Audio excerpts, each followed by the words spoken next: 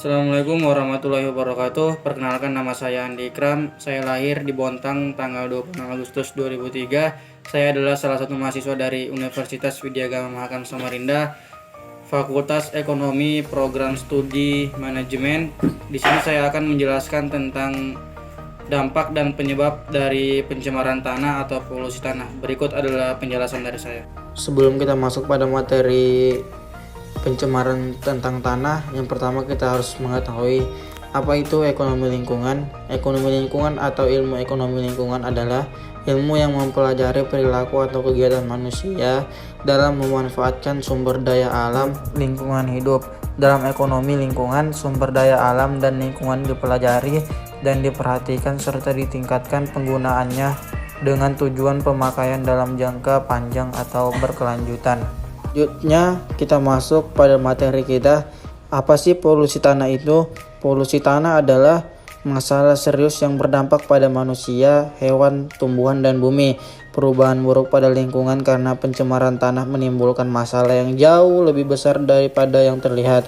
Pencemaran tanah adalah penghancuran atau kontaminasi tanah melalui tindakan langsung dan tidak langsung manusia yang menyebabkan perubahan sementara maupun permanen pada tanah. Selanjutnya, penyebab pencemaran tanah. Terdapat berbagai macam penyebab yang berkontribusi terhadap pencemaran tanah dan berasal dari sumber yang berbeda, antara lain yang pertama ada penggundulan hutan dan erosi tanah. Yang kedua ada kegiatan pertanian. Yang keempat ada industrialisasi, dan masih banyak lagi penyebab dari pencemaran tanah tersebut. Selanjutnya kita akan membahas tentang pengertian dari penyebab dari pencemaran tanah tadi. Yang pertama adalah penggundulan hutan dan erosi. Penggundulan hutan yang dilakukan untuk menciptakan lahan kering adalah salah satu masalah utama. Tanah yang dikonversi menjadi tanah kering atau tandus tidak akan pernah bisa subur kembali, apapun tindakan yang dilakukan untuk mengatasinya. Yang kedua ada kegiatan pertanian. Proses pertanian sering melibatkan penggunaan pestisida dan insektisida berbahaya. Bahan kimia tersebut menyebabkan tanah rusak. Tanah yang dulunya subur menjadi lebih rentan terhadap unsur-unsur lingkungan. Selanjutnya ada kegiatan pertambangan. Selama kegiatan ekstrataki dan penambangan dibuat ruang bawah tanah di bawah permukaan bumi. Adanya gua atau rongga tersebut membahayakan keutuhan tanah. Yang selanjutnya ada industrialisasi, menjadi salah satu kontributor utama polusi. Peningkatan populasi berakibat pada peningkatan permintaan makanan, tempat tinggal, rumah, dan produksi barang lebih banyak. Akibatnya terciptanya lebih banyak limbah. Selanjutnya kita akan membahas tentang dampak pencemaran tanah, antara lain dampak negatif pada lingkungan, dampak negatif pada kesehatan manusia, dampak negatif pada satwa liar, dan terakhir, mengapa mengganggu aktivitas wisata. Berikut adalah pengertian dari dampak pada lingkungan. Ketika penggundulan hutan dilakukan, maka tutupan pohon terganggu, lalu menyebabkan ketidakseimbangan yang curam dalam siklus hujan. Siklus hujan akan terganggu dengan berkurangnya tutupan hijau karena pohon dan tanaman membantu menyeimbangkan atmosfer. Selanjutnya ada dampak pada kesehatan manusia. Manusia dapat mengalami konsekuensi negatif yang dapat memengaruhi kualitas hidup dan kesehatan.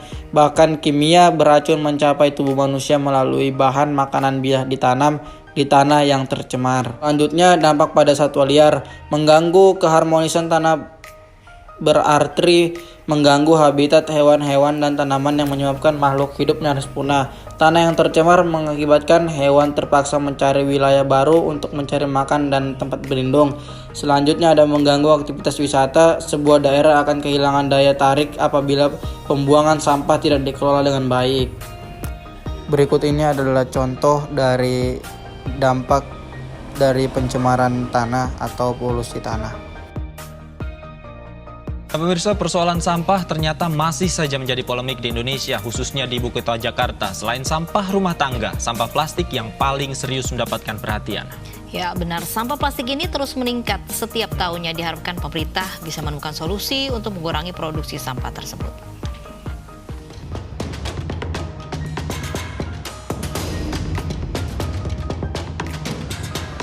Pencemaran sampah di Indonesia masih menjadi PR pemerintah yang belum terpecahkan hingga saat ini. Jakarta memproduksi setidaknya 7.000 ton sampah setiap hari, diantaranya adalah sampah plastik. Sampah-sampah dari Jakarta ini berakhir di tempat pengolahan sampah terpadu Bantar Gebang. Meski sudah berpuluh tahun beroperasi, sepertinya belum ada inovasi untuk mengolah sampah tersebut. Bahkan diprediksi tahun 2021, Bantar Gebang sudah tidak lagi mampu menampung sampah ibu kota. Sampah plastik juga akhirnya menghiasi pesisir pantai di beberapa wilayah Indonesia, termasuk Jakarta.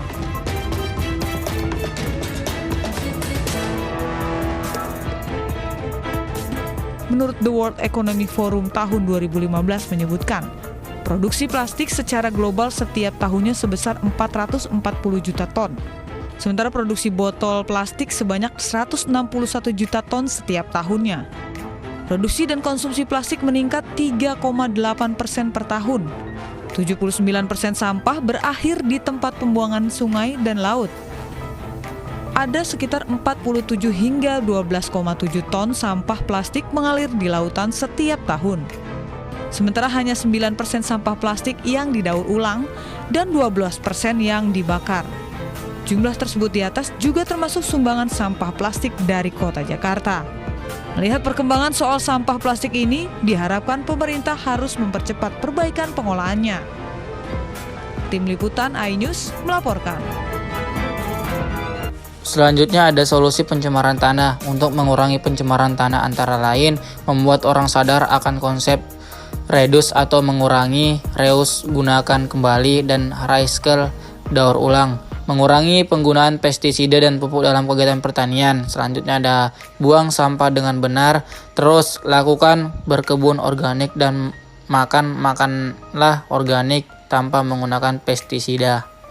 Sekian penjelasan tentang dampak pencemaran dari tanah atau polusi tanah. Semoga bermanfaat bagi teman-teman semua yang menonton video ini. Assalamualaikum warahmatullahi wabarakatuh.